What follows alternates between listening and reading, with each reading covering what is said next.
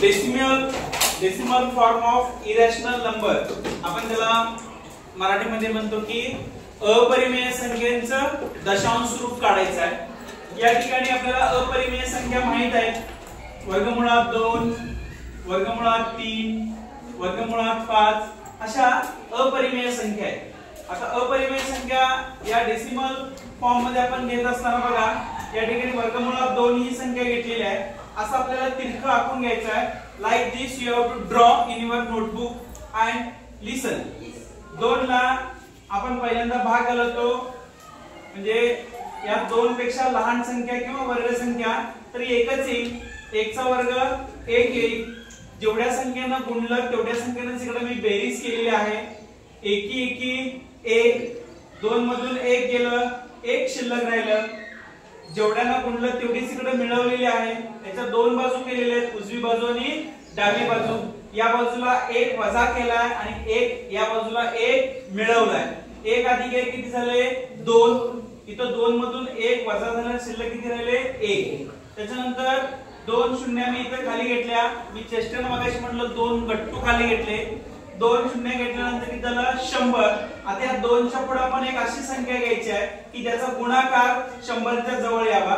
त्याच्या पुढची संख्या घेताना आपण प्रयत्न केला, 2 3 4 घेऊन भेटली, 4 घेतल्यानंतरच 4 चा गुणाकार म्हणजे 2 आणि 4 24 झाल्या, 24 4 जा 96 म्हणजे 24 चौक 96।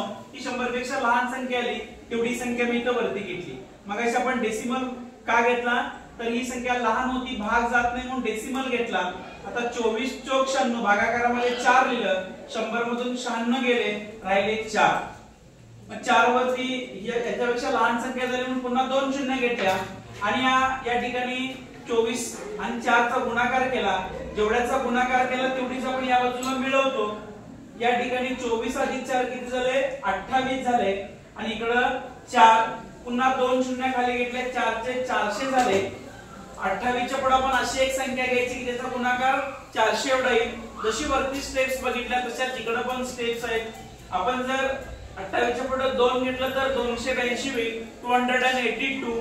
त्याला 2 न मल्टिप्लाय करावं लागेल आणि 2 न मल्टिप्लाय केलं तर ते 400 पेक्षा जास्त होईल। पुन्हा आपण किती घेतली एकच घेतली, 1 घेतली म्हणून भागाकारात 1 लिहिलं, जेवढी घेतली ती मिळवली तेवढीच तिकडं वजाही केली।